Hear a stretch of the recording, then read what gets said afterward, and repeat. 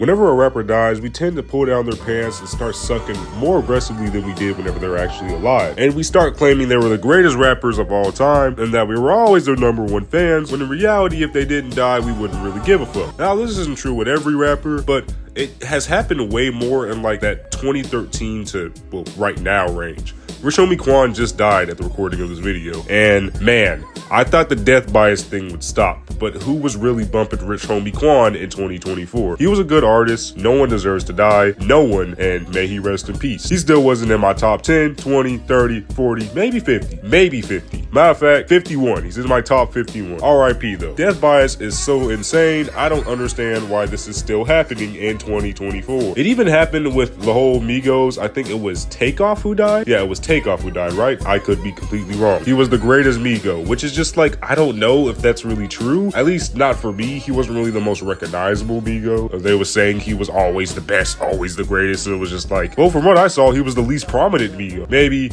I don't know. I could just be tripping, but like, isn't that more of a Quavo thing? I don't know. And don't even get me started on the Juice WRLD and X shit. Bro, Juice WRLD and X are nowhere near the greatest rappers of all time. They were never the greatest rappers of all time in their time. Look, X was a hit maker occasionally. Juice WRLD was definitely a hit maker. Does that make them the greatest rappers of all time? No, they died way too young, and their careers could have been so much better than they were. They both died extremely young, but that's the thing. They died so young as to where, why are y'all even calling them the greatest rappers of all time? They didn't do anything to achieve that status. They just died at a young age and had a pretty big fan base. I still stand by the fact that they were just B tier, maybe high C tier, both of them. Fight me. It's completely different from whenever people like Tupac and Biggie died, because them niggas were actually the greatest, honestly. Tupac wasn't lyrically that good, but he was genuinely just pumping out song after song after song after song. Some of them would hit, some of them wouldn't, but he knew what he was doing. And Biggie, well, he was just a funny nigga. Few rappers could be funny and intimidating at the same time like Biggie Smalls. Juice WRLD and X, well, Juice WRLD was always depressed and X was always depressed. They hit the feels, man. They hit the feels. I don't know.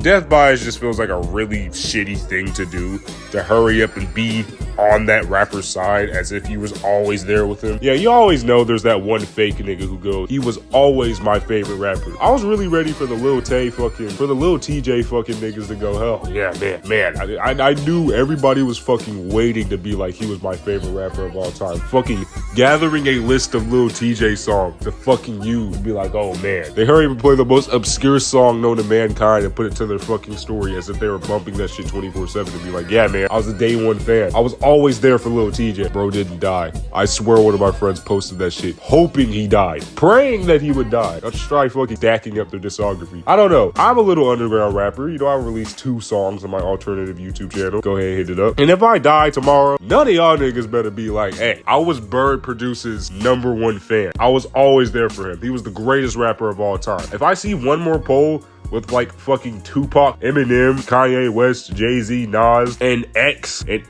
somehow fucking wins, and Eminem, I am going to be pissed. Stop the glazing.